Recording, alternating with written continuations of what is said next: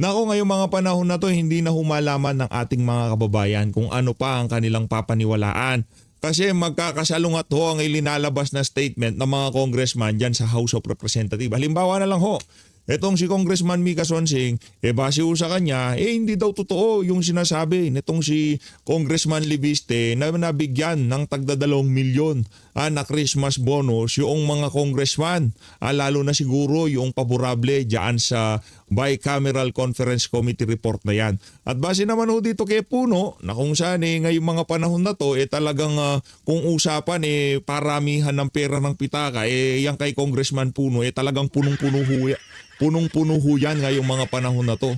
Alin ba ang ating papaniwalaan? Yung bang kay Mika Swansing na walang 2 milyon o dito kay Congressman Puno na meron naman daw ho talagang tag 2 milyon pero hindi daw ho yun bonus. Pero bago ho yan, isang like at isang subscribe. Masaya na ho tayo yan sa mga gustong sumali sa ating community. Yung join button nandyan lang ho sa baba. Isa lang ho sigurado dito. Etong dalawa na to, si Mika Swansing at itong si Congressman Puno, pares ho yan na aso ni Martin Romualdez. Yun ang sigurado dito. Yung pagdating sa 2 milyon, malamang sa malamang, hindi ho tayo naniniwala doon. Malamang sa malamang, mas higit pa ho sa 2 milyon ang natanggap ng mga walang yang aso na yan, itong si Martin Romualdez. Bago tayo dumako dyan sa magkasalungat na statement nitong si Mika Swansing at nitong si Congressman Puno, dumako ho muna tayo dito kay Ortega. Yan na nga ba sinasabi ko sa iyo, Balbas? Tigil-tigilan mo na ang pagpapabida sa social media. Hindi kinakagat ng ating mga kababayan. Mantakin mo, ito ho ang banat nitong si Congressman Ortega. Rep Ortega, sinabing ang pambabati ko sa kamera ay dala ng inggit sa kanilang magandang performance. Performance sa pagnanakaw. Binabasa ko yung mga comment dito sa post na to at mga kababayan talagang sa tingin natin pagkatapos na sinabi to ni Congressman Ortega, sabay tulog na niya. Hindi niya na nga pinakiramdaman o tinignan ang timpla ng sambayanan dito sa statement niya na to. Mantakin mo, meron ka pang lakas ng loob na sabihin na inggit lang. Sinong maiinggit ang sambayan ng Pilipino sa performance nyo? Sino bang bumabatikos sa inyo? Meron bang ibang ahensya ng pamahalaan na bumabatikos dyan sa kamera? Wala. Kaya kung para sabihin mo, sambayan ng Pilipino ang naiinggit sa inyo sa performance nyo, kaya kayo binabatikos, aba. Parang parang napakalayo sa realidad ng iyong sinasabi na yan, Congressman Ortega. Ang ating mga kababayan, kaya kayo binabatikos, una sa lahat, 19 Congress, pinanggalingan ng sandamukal na kakurakutan sa kasaysayan ng Pilipinas. Amo mo si Martin Romualdez, di umano dinideliveran ng pera ng mismong appropriation chairperson pa niya na si Zaldico. Paano maiinggit ang sambayan ng Pilipino? Maiinggit kami doon sa mga ninakaw ng mga amo nyo dyan at di umano yung karamihan sa mga malapit kay Martin Romualdez, paldong-paldo din nung nagdaang kongreso, lalong-lalo na daw yung mga bibo doon sa Tuadcom. At itong si Congressman Ortega, nakita nyo naman ho mga kababayan ang pagpapabibo niyan. Hindi natin sinasabing pumaldo yung balbasarado na yan. Hindi natin sinasabing pumaldo yan. Ang sinasabi ho natin dito, base sa ating mga nababalitaan, karamihan ng mga nakapaligid kay Martin Romualdez, nagsihabaan na lang ang balbas sa dami ng nakaurakot. Ngayon kung si Congressman Ortega kasama dyan, hindi natin alam. Tanungin nyo ho siya. Tanungin nyo ho yung mga proyekto ng DPWH sa distrito niya. Diba?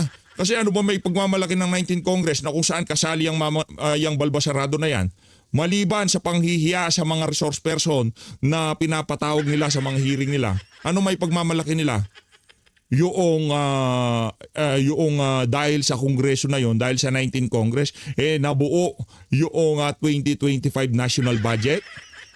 Dahil sa 19 Congress, pinirmahan yung BICAM kahit kulang-kulang. Dahil sa 19 Congress, pinanggalingan ng pinakakurakot na budget sa kasaysayan ng Pilipinas. Palakpakan ho natin, naiinggit lang daw, naiinggit lang. Kaya daw binabanatan ang kamera, naiinggit daw sa performance nila. Mga urur, langya ka.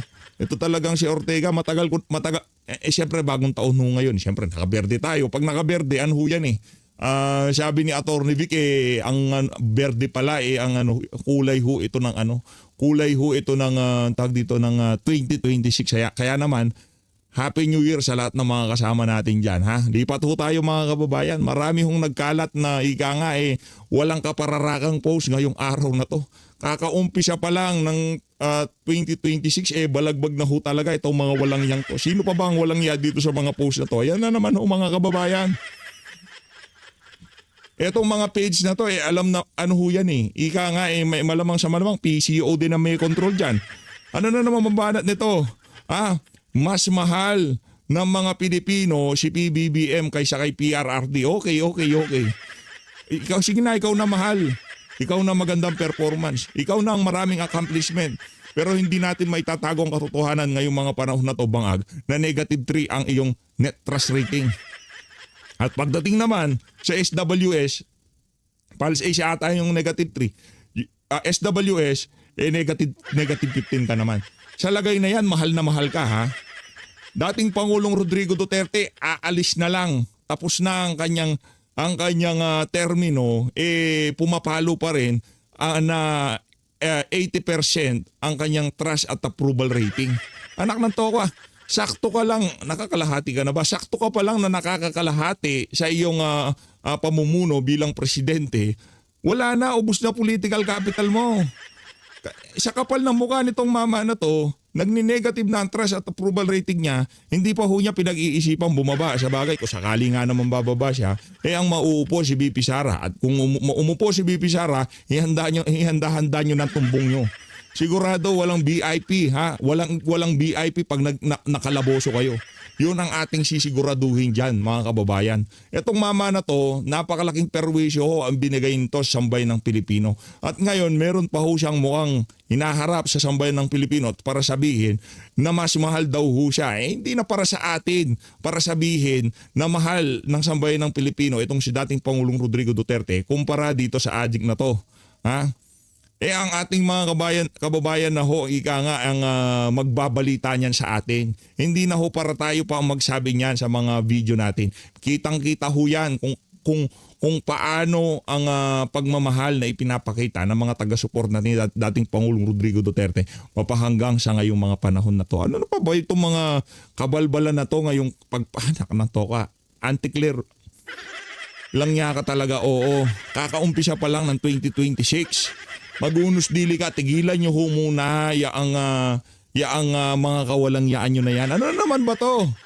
Clear casto. Mulat na ang mga mata ng taong bayan kung sino ba talaga ang tunay na nagtatrabaho at nagmamalasakit sa kanila. Mulat na mulat. Sino? Tanungin natin to si Auntie Claire. Parang hindi ho ata niya alam. Sino? Alam kong mulat ang sambayan ng Pilipino ngayong mga panahon na to na ang amo mo magnanakaw. Na ang pamilya nila magnanakaw. Na siya ang mastermind dito sa pinakamalaking korupsyon na nangyari sa kasaysayan ng Pilipinas. Skandalo ng flood control. Yaan ang pagiging mulat ng sambayan ng Pilipino ngayong mga panahon na to, na hindi matatanggal ang pagkakakabit ng pangalan nitong si Marcos Jr. sa lahat ng anomalya na nangyayari ngayon sa ating bansa. Mapa-issue ito ng sibuyas, mapa-issue ito ng bigas, mapa-issue ito ng asukal, mismong asawa pa niya ang nakakaladkad sa mga partikular na issue na yan. Tapos sasabihin mo sa amin, mulat ng sambayanan. Oo, mulat na kami na magnanakaw ang amo mo. Walang nagawang matino ang administrasyon na to. Yun ang mulat kami. Mulat ang sambayan ng Pilipino na talagang napakalaki ng kaibahan ng pamumuno ni Rodrigo Duterte dito dyan sa amo mong adik. Di ba? Napakalaki ng kaibahan. Dati riniklaim natin ang kalsada. Riniklaim ng mga ordinaryong Pilipino ang kalsada lalo na pagkagabi. Ngayon ho, kinuha na ho ulit yan sa atin ng mga durugista at kriminal. Mga snatcher mandurukot. Diba? Kung dati tayo ang pagka lumabas ka ng kalsada, walang problema. Ngayon, iba na usapan. Kaya mulat na talaga kami. At ang New Year's resolution ko para dito kay Auntie Claire, tigilan nyo na ho yung mga kabubuhan nyo pagdating dyan sa PCO, okay? Yung pagbabayad nyo ng mga trolls, wala hong kargada yan. Yan hong pinakamalaking sayang sa pera. Anak ng Petrang Garabada. Alam nyo, dapat sino dapat yung bayaran? Yung mga vlogger na hanes na kagaya namin. Diba? Imbis na ibigay nyo dyan sa mga ano na yan, ibigay nyo na lang sa mga vlogger na ika nga sinasabi nilang yung meron bang constructive criticism sa pamahalaan.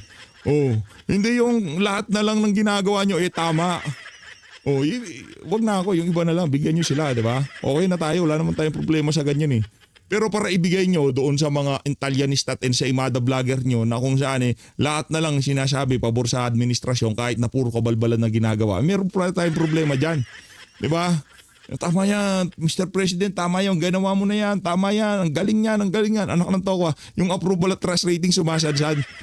Diba? Imbis na itapon nyo yung pera nyo dyan sa mga vlogger, mga ano na yan, mga troll farms na yan, ibigay nyo lang sa mga ordinaryong Pilipino na totoong nagbibigay ng constructive criticism sa ginagawa ng administrasyon. Tanungin nyo yung mga kababayan natin sa social media na hindi troll sa totoong mga tao. Tanungin nyo sila, kumusta naman ang performance ni President Bongbong Marcos. Sila na lang ang bayaran nyo, ala survey.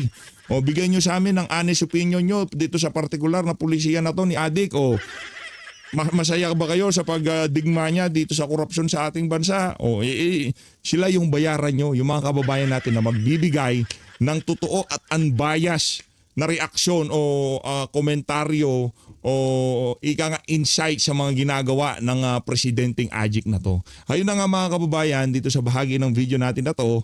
Sa mga hindi pa ho nakasubscribe, isang like at isang subscribe lang ho. Masaya na ho tayo dyan sa susual sa ating community. Yung join button nandyan lang ho sa baba. Ayun na nga mga kababayan, re-recta na ho ta. Pambira talaga, oo.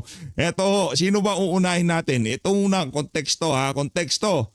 Congressman Leviste, sinabi niya, pinakita niya yung mga tseke na kung saan di umano yun yung mga tseke na ibibigay sa mga congressman. Teka lang ho, ipakita ko yung tseke para talagang kompleto. Ayaw natin dito yung kagaya ni Auntie Claire, puro laway lang. Yan si Auntie Claire kasi puro laway lang puhunan, milyonaryo na ho kagad. Di ba? O yan o. Ito, para sa konteksto lang ha, para sa konteksto. Ang sabi na itong si Congressman Leviste, tag 2 milyon kada congressman, pero hindi lahat tumanggap. Sabi nitong si Congressman, siya daw hindi nakatanggap dahil suspendido, at itong si Congressman Akop hindi na daw nakatanggap dahil nasa impyerno. Hindi tayo nagsabi niyan. Si Congressman, hindi naman natin alam kung nasan talaga si Congressman Akop. Kung nasan man siya, sumalangit nawa, di ba? Sumalangit nawa. Wala tayong ninanasa na individual na mapunta doon sa napaka nakakasuklam na lugar na yon, higa nga, di ba? Pero kung wala akong nakakalam, sana nakapag-repent ho siya, no? Di ba? Bago man lamang siya nagurgur, nakapagbalik loob siya sa Panginoon, di ba? Ngayon, ang issue dito, linabas na ho nitong si Congressman Leviste, itong mga pinicturan niya ho yung mga tseke. Ayan, land bank pa ho, land bank. Ngayon, sabi ho, nung nagsalita itong si Congressman Leviste, nagsalita itong si Swansing. Ito ang banat ni Swansing. 2 million po na Christmas bonus. You deny. I vehemently deny that. Vehemently deny. Yan ang problema. I vehemently deny. Kaya itong mga tao, itong mga congressman na to, nuknukan ng pagiging sinungaling. Yung ginagawa ho nilang merienda, sinungaling, tanghalian, sinungaling. Lahat puro kasinungalingan sa buhay nila, mga walang yan to. I don't want to speak it. Pambihira. Dinagyan pa ng special effects, special na effects pa ito. I vehemently deny daw. Ngayon appropriation chairperson ho yun, palakpakan natin. Pakasinungaling. Ito may ebidensya, hindi laway. Ang ebidensya dito, ito, ang laban na ho natin dito 2 versus 1. Congressman Ortega versus Congressman Swansing. Congressman Ortega, mali, nasama si Ortega. Si Balbasarado hindi kasama yun. Congressman Leviste at Congressman Puno versus Congressman Swansing. Etong si Congressman Leviste, meron ho siyang resibo. Picture ng mga tseke. At ito naman si Puno umamin. Pakinggan ho natin itong mga kababayan. Good.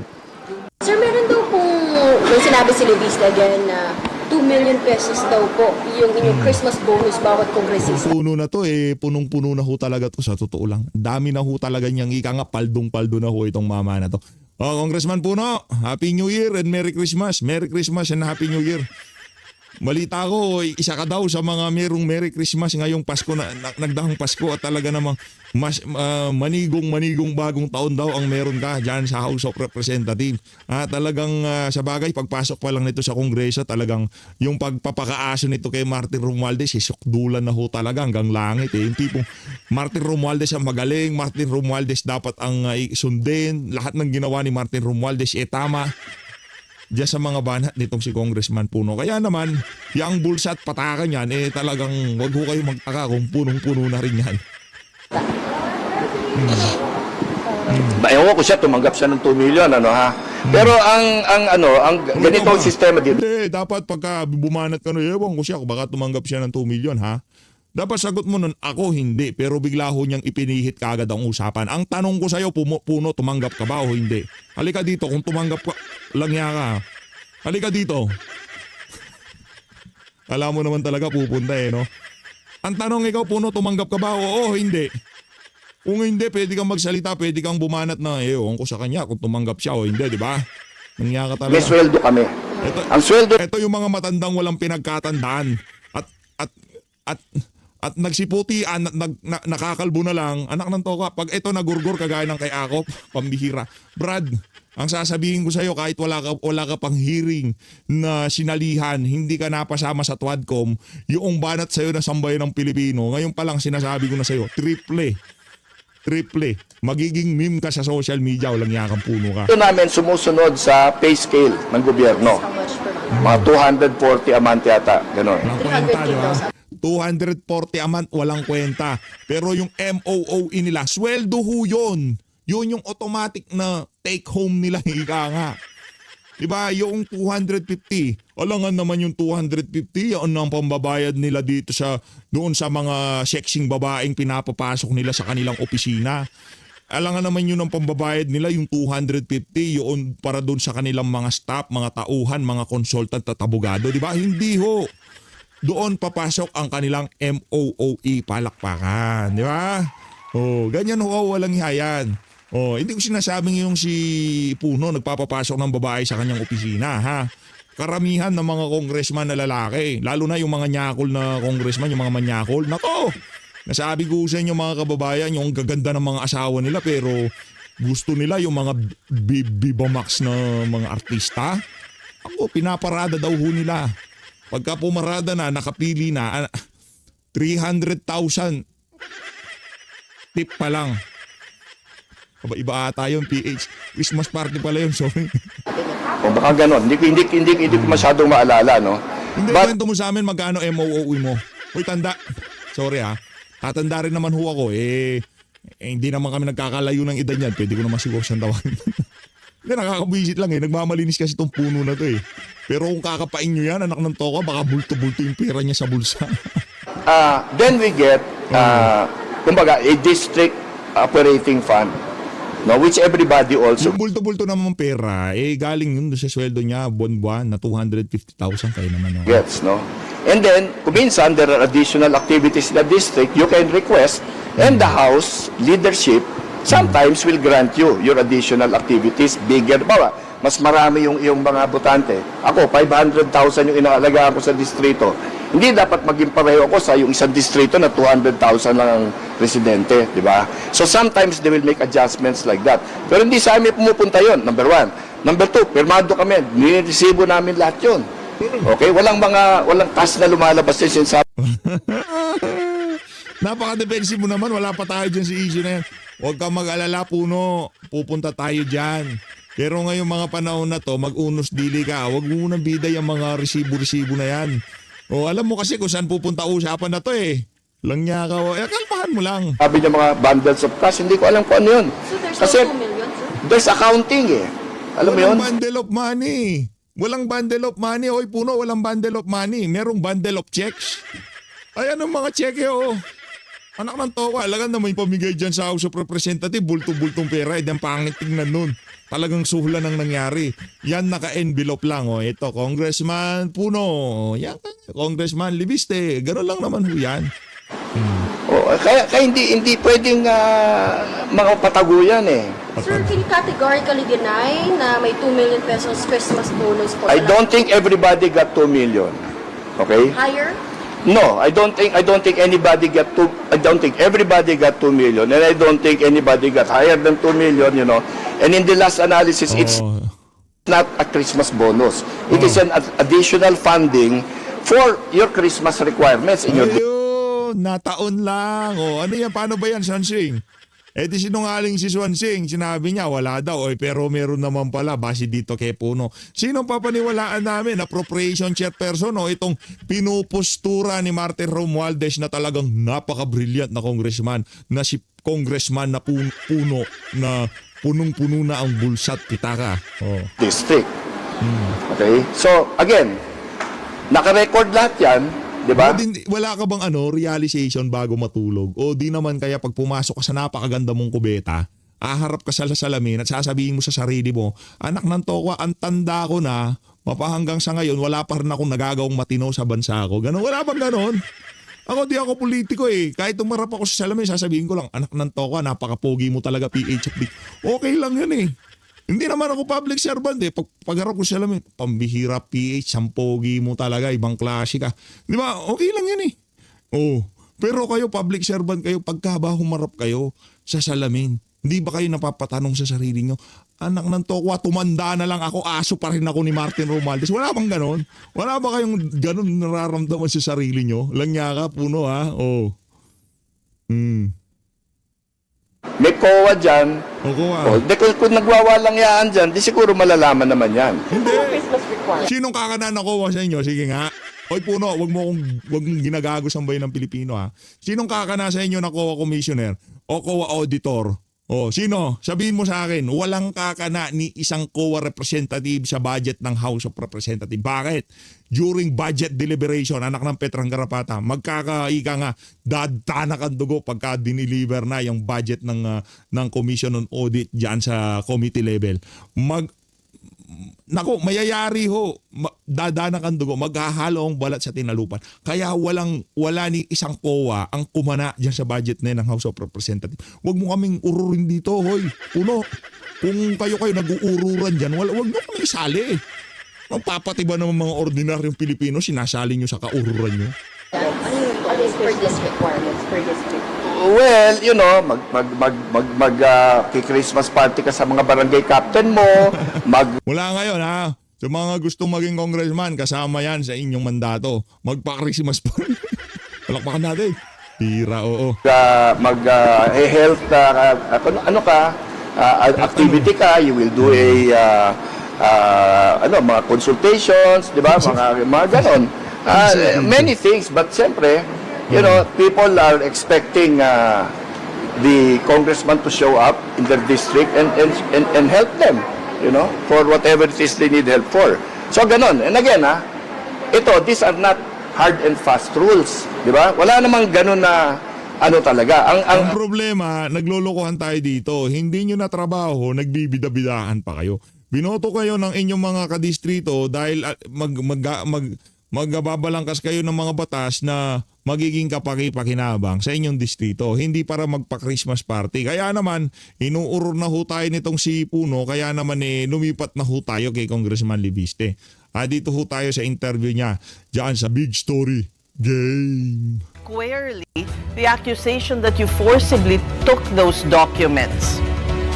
Yes, first of all, this opportunity to give a final interview with your show this year. My New Year's resolution is to make fewer enemies in 2026, but it does not yet take effect tonight. So I vehemently deny that I illegally obtained the files, as I said, because Secretary Vince said on the phone, and there are many other people that overheard the speakerphone conversation, that he authorized Yusek Cabral to give all the files to me in the interest of transparency. And as I said earlier, it is suspect that they're only saying this months after seemingly the public can see they don't want the files released to the public. And they still haven't explained why the files that were handed to the Ombudsman on December 23 were not released to the public. I also want to clarify to your viewers that I was saying publicly since November that I had these files and the DPWH wasn't raising any issue with it then, and that I was also asking for the files to be preserved and for Yusek Cabral to be protected and made a state witness. And it's unfortunate that action wasn't taken then, but I do hope that the truth can come out because many other people also have the files. This is important for viewers to know. It's not just me, so the focus shouldn't be on me. It should be on getting the contents of those files out to the public. But even Secretary Vince Dizon is denying that account of yours, that he had authorized Yusek Cabral to give you these documents. Yeah, so the CCTV that they released actually helps show that I was given it because I was just walking through the corridor, actually quite cordially, talking with Yusek Cabral. And I hadn't actually seen that since last night, so it's interesting that they thought that that supported their claim when it in fact supports mine and authenticates that the files that I have in my possession came from her because what I was holding in my hands is what I uploaded on Facebook. And Yusek Cabral was also there when I was in the other room. So the other thing I would add is the claim that they're making that it's either illegally obtained or it's inauthentic are contradictory, so they have to decide. And it seems that the reason why there's a few days gap between each of their responses is they're still trying to get their script right. But again, what the public cares about is not this back and forth between government officials. It's what do these files say that they don't want in the public? And it is a list of proponents of hundreds of billions of pesos of DPWH projects, and it should have nothing wrong on its face that they are proponents of projects, except the allegation is that when you have an insertion, you have a commission. And if you don't, then you should have no problem releasing it to the public. These files, you know, the he said, she said is really muddling the issue. We want clarity, but it's getting really muddled. Now, there's also a statement from the ombudsman, this is from Attorney Clavano, that what you turned over to them was not complete. Yes, So like can you right- also, and once and for all, do you have complete files, incomplete files? What are these files? You rightly said that they're muddling the issue, I think, deliberately because they want to distract the public's attention from the real story, which is who are the proponents in these files, which are not only in my possession, I only have a copy. Senate President Pro Tempore Ping Lacson has made public statements which reflect that he and I have the same copy. Other media outlets have also ran reports reflecting that they have the copy. And I can share that I've actually talked with people who have gotten copies of the files already from staff of the agencies that have copies of it. So there's probably already 50 or 100 people that have copies of it. And it's eventually going to come out and what I'm saying will be validated. And on the point of what the ombudsman assistant said, I posted on Facebook the picture of me with the staff of the ombudsman, whom I invited to my office. They actually said in their maybe 30 years in the ombudsman, it's the first time that a congressman wanted to meet the ombudsman and show them evidence that could potentially implicate colleagues because it's not a typical thing. I did more than what they asked for because they were actually there to investigate Congressman Garjola. And I said, hey, here's this file from Yusek Cabral, which I previously also shared with the ICI and said so publicly that can help all of your cases. And I showed it to the extent that they were interested, but then they left because they just had an assignment which was not as broad as what I was trying to bring, and they didn't get back to me after that. So again, all these things that are being brought up by the government are both factually incorrect, but also a distraction, because at the end of the day, what people care about is why don't we investigate the proponents of the insertions in these files?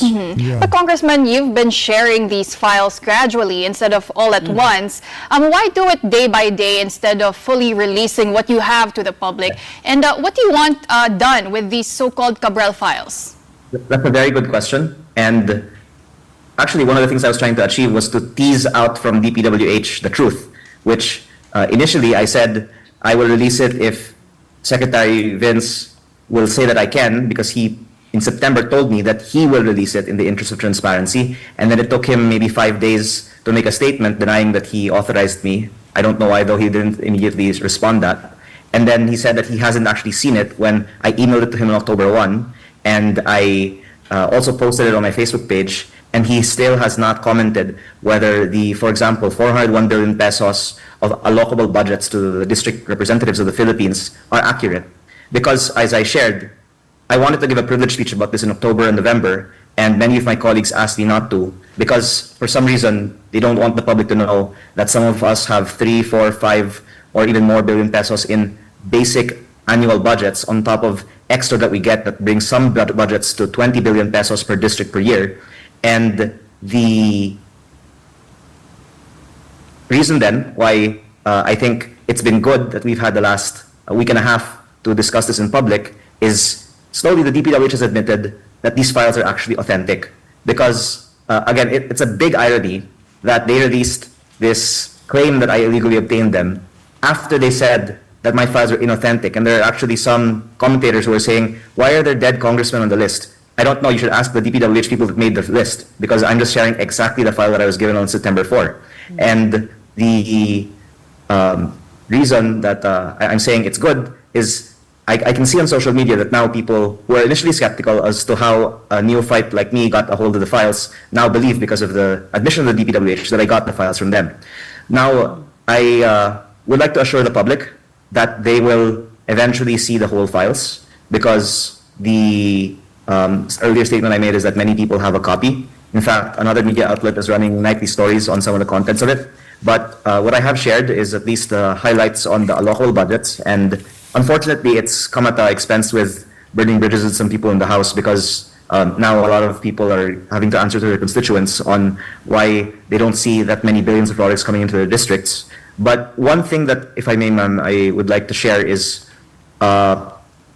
addition to some of the public statements on one of the proponents in the files that has been made. Again, I am not selectively bringing this up, but it's because it was already publicly mentioned, including by another media outlet, that there is 8 billion pesos of projects under supposed SAP proponent, part of the OP.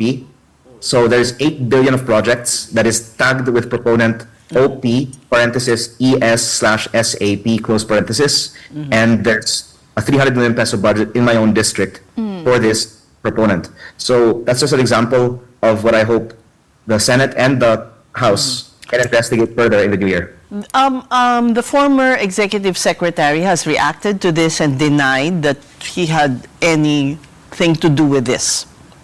Yes, and that's actually why I wanted to clarify this, because he was responding to the allegation that there was a proponent tagged as ES. And that's why I wanted to correct what another media outlet ran that said that it was ES and then SAP sa ilalim ng OP. What it actually says is OP, parenthesis, ES, SAP, which actually means that it's not ES who is the proponent, it's OP. Office of the uh, President.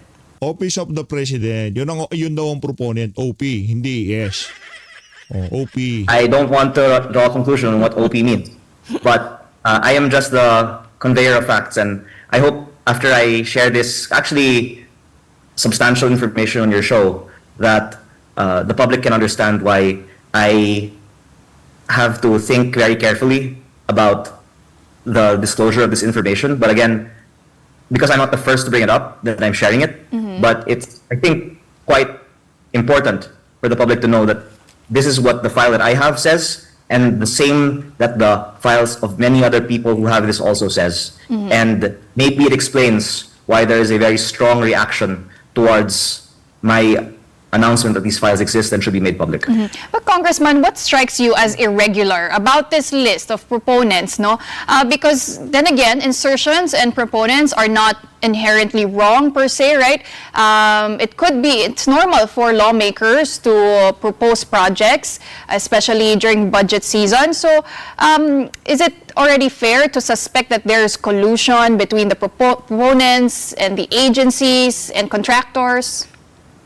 Actually, there's been many people who have been named in media reports being in the list who simply denied that they're actually proponents of the projects, and I think that's a fair response from them, because the denial that the list is true, if not backed up by anything else, means that the list is really invalid in that case. And I therefore find it even more suspicious then that others don't want the list to come out. Maybe the ones who deny in public are the ones who are not guilty, and the ones that are not making any comment about it have something to hide. And I think that Matindi yan ha. Narinig nyo na ho bang nagkomento si JJ Suarez? Narinig nyo na ba nagkomento itong si Ortega? Yung siyempre, si Barbers kasama sa 19 Congress. Si Barbers, si Akop wala na, patay na yon. Sino pa ba? si Paduano, yan, mga proponent. Mga congressman, noong 19th Congress, di ba? Narinig nyo na ho ba silang nagkomento dito? Hindi pa. Nako, yung sinasabi The best thing at this point is for people to just face the public and explain whether their inclusion in the list is correct or incorrect. In the end, Congressman, this is your first term. Would you want an overhaul of the system?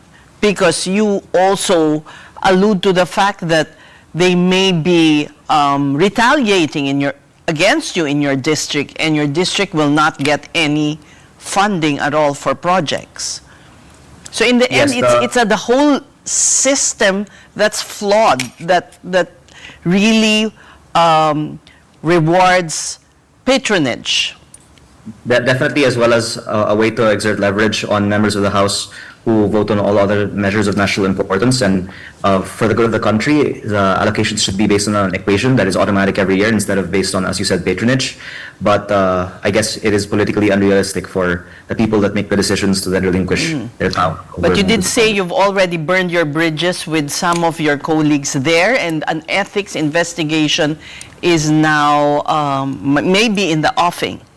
Yes, actually, if I can share with you a secret that it's better for them not to know, I enjoy the idea that they will file an ethics case, because then I'll be able to air all of Congress's dirty laundry with them in public.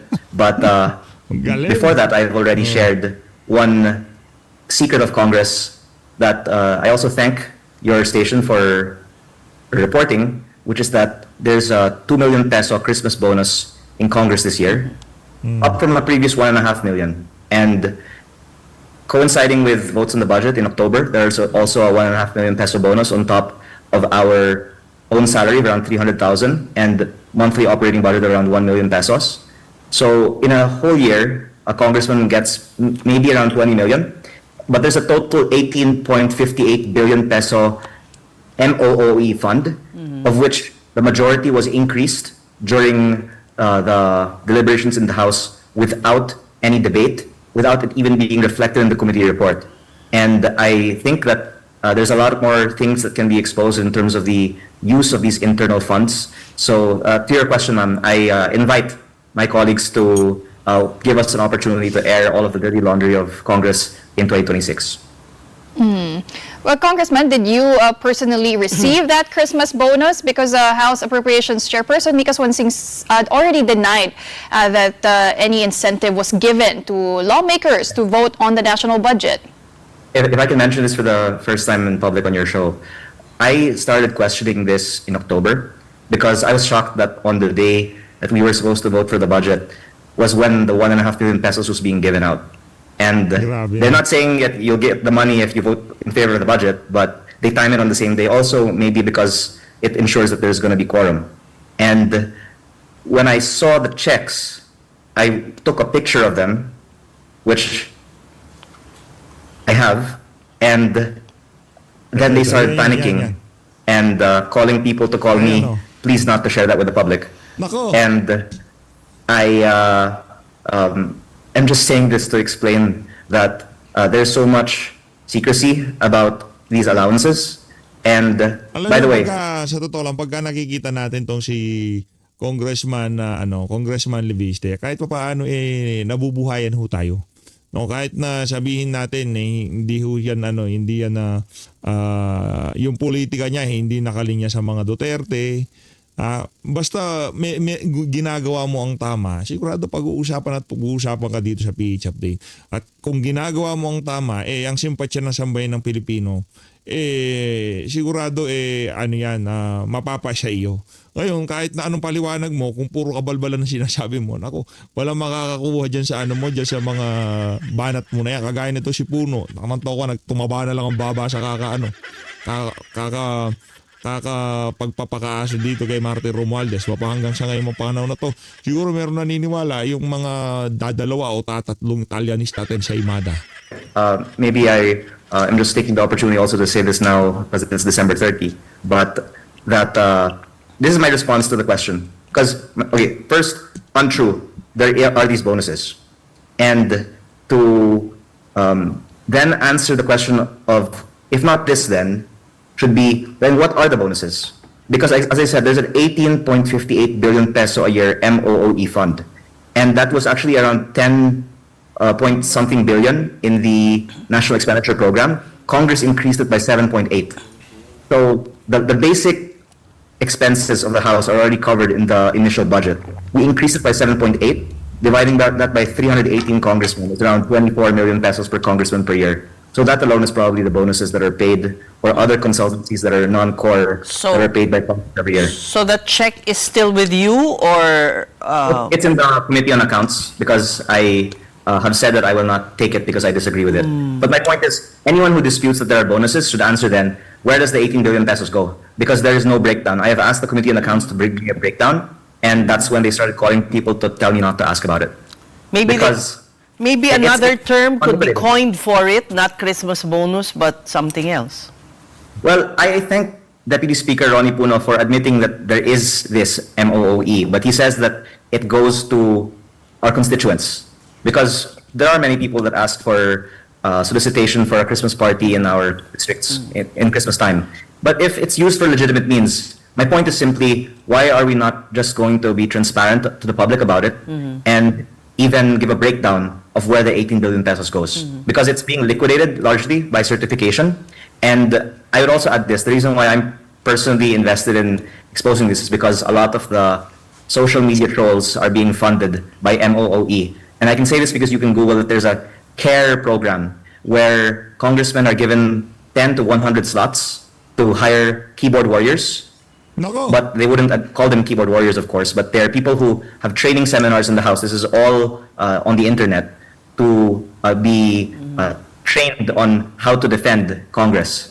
And I don't think that it's right that public funds Sa tingin ko, yung pagtitrain dyan sa mga keyboard warriors na yan, mali yung pagtitrain sa kanila. Hindi marunong yung nagtitrain.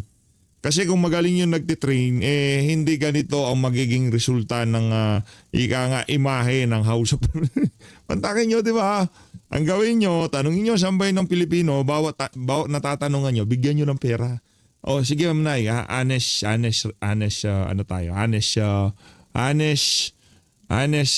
survey tayo. Anong masasabi mo sa performance ng House of Representatives? Tatanggapin namin yan kahit ano pa yan. Tapos pagka sinagot kayo nang walang sugar coating, bigyan nyo ng pera. Dapat ganun yun. Imbis na magbayad kayo ng mga trolls at ang problema sa trolls, walang puso ang sinasabi, walang laman. Magkakaparehas ng naratibo. Iisa, hindi yun. Alam ng mga kababayan natin, alam nila kung paano ispatan yung mga trolls na yan. As always, maraming salamat po sa pag-support sa Page Update. Mag-ingat po kayo lahat. Mahal natin ng Pilipinas. Happy New Year.